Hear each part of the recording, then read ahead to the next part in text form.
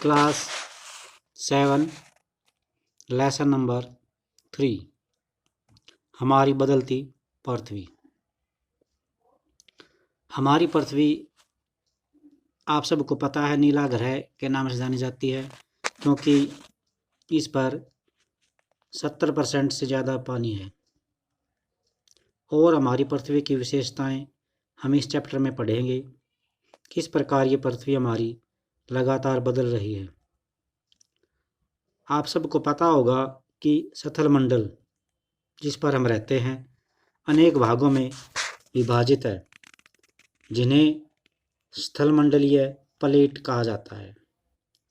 आपको यह जानकर आश्चर्य होगा कि प्लेट हमेशा धीमी गति से चारों तरफ घूमती रहती हैं।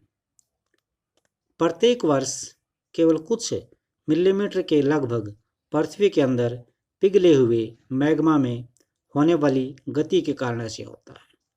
अगर कोई आपसे ये पूछे प्लेटें क्यों घूमती रहती हैं, तो आंसर है प्रत्येक वर्ष कुछ मिलीमीटर के लगभग पृथ्वी के अंदर पिघला हुआ मैग्मा में होने वाली गति के कारण ऐसा होता है।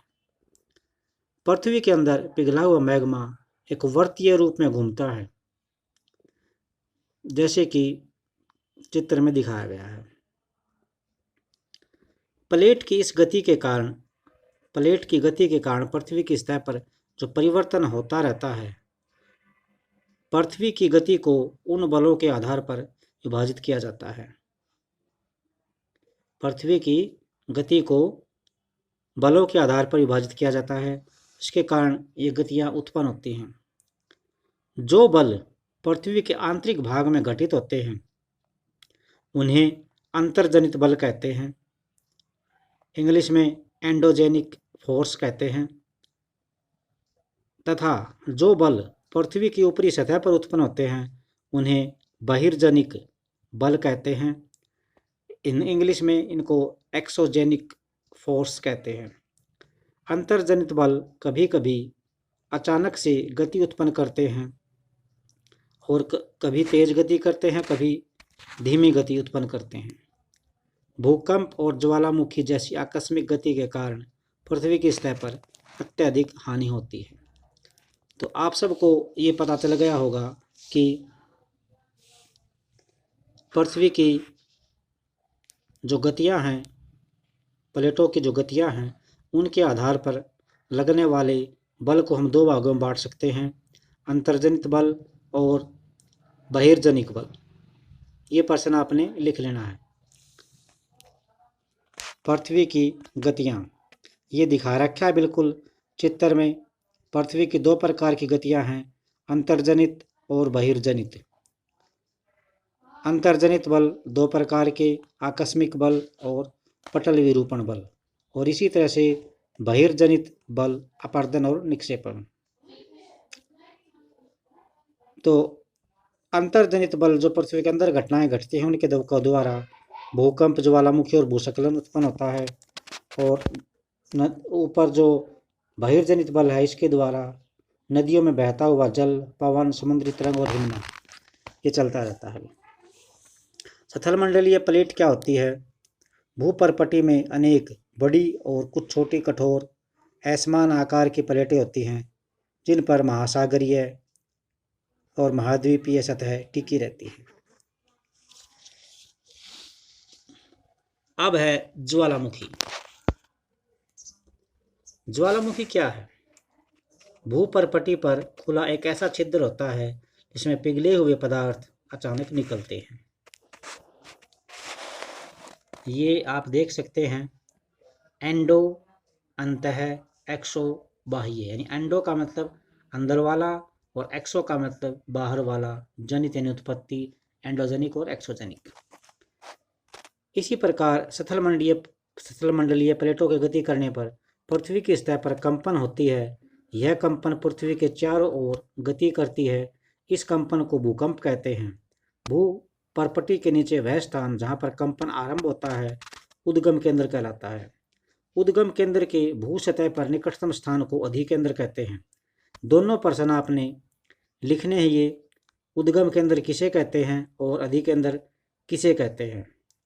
अधिगम से कंपन बाहर की ओर तरंगों के रूप में गति करता है। अधिकेंद्र के निकटतम भाग में सबसे अधिक हानि होती है और अधिकेंद्र से दूरी बढ़ने के साथ साथ भूकंप की तीव्रता कम होती जाती है। तो ये यहाँ पे 2 प्रश्न है, भूकंप किसे कहते हैं, नेक्स्ट उद्गम केंद्र क्या है, और तीसरा है अधिकेंद्र के क्या है। तो ये 3 प्रश्न यहाँ बने हैं और ये एक ऊपर बना है ज्वालामुखी किसे कहते हैं। उद्गम केंद्र की फिर चित्र के द्वारा दिखा रखा है अभी। ये इसका उद्गम केंद्र है जहाँ से भूकंप स्टार्ट हुआ है, पृथ्वी के अंदर है ये। वह स्थान जहाँ भूकंप उत्पन्न होता है यह भूकंप ऊर्जा का उद्गम केंद्र कहलाता है। और ठीक इसके बिल्कुल ऊपर जमीन पर ये अधिकेंद्र कहलाता है। जहाँ पर जमीन के ऊपर ये पॉइंट होता है जहाँ पृथ्वी धरती कांपना शुरू कर देती है। और ये आप तरंग देख सकते हैं, इसकी वर्तीय सर्कल में बाहर की तरफ निकलती हैं और ये लगभग सभी दिशाओं में चलती हैं। इसके साथ साथ आपको एक प्रश्न और यहाँ से निकल रहा है, भूकंपीय तरंगें कितने प्रकार की होती हैं? भूकंपीय तरंगें 3 प्रकार की होती हैं, पी तरंगें, एस तरंगें और एल तरंगें। तो पी, एस और एल जो तरंग हैं ये 3 टाइप हैं तरंगों के, ये भी आपने लिखना है। अब यहाँ पे भूकंप की भविष्यवाणी संभव नहीं होती, लेकिन यदि हम पहले से ही इस जानते हैं तो इसके प्रभाव को कम अवश्य किया जा सकता है। स्थानीय लोग कुछ सामान्य तरीकों से भूकंप की संभावना का अनुमान लगाते हैं, जैसे जानवरों के व्यवहार का अध्ययन करके, तालाब में मछलियों की उत्तेजना और सरीसृपों का धरातल पर आ जाना। सरीसृप जो रेंगने वाले जीव हैं उनको हम कहते हैं। ये चित्र दिखा रखा 3.4 जो गुजरात में भूकंप आया था। एक चीज़ और है भी, भूकंप का मापन एक यंत्र से किया जाता है जिसे भूकंप लेखी कहते हैं। ये प्रश्न लिखना है आपको, भूकंप किससे मापा जाता है? भूकंप लेखी से। भूकंप की तीव्रता रिक्टर स्केल पर मापी जाती है। जिस भूकंप की तीव्रता 2.0 या उससे कम होती है उसका प्रभाव नहीं के बराबर होता है।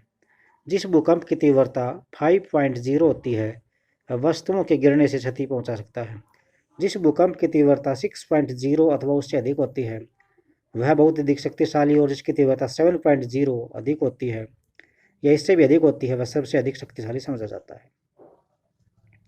तो आपने भूकंप से बचने की तैयारी करने के दौरान क्या क्या करना है उसका ज़रूर सहारा लें। भूकंप के दौरान कहाँ पे शरण लें? सुरक्षित स्थान, रसोई के काउंटर या मेज के नीचे, दीवार के अंदरूनी कोने में आप छिप जाएं।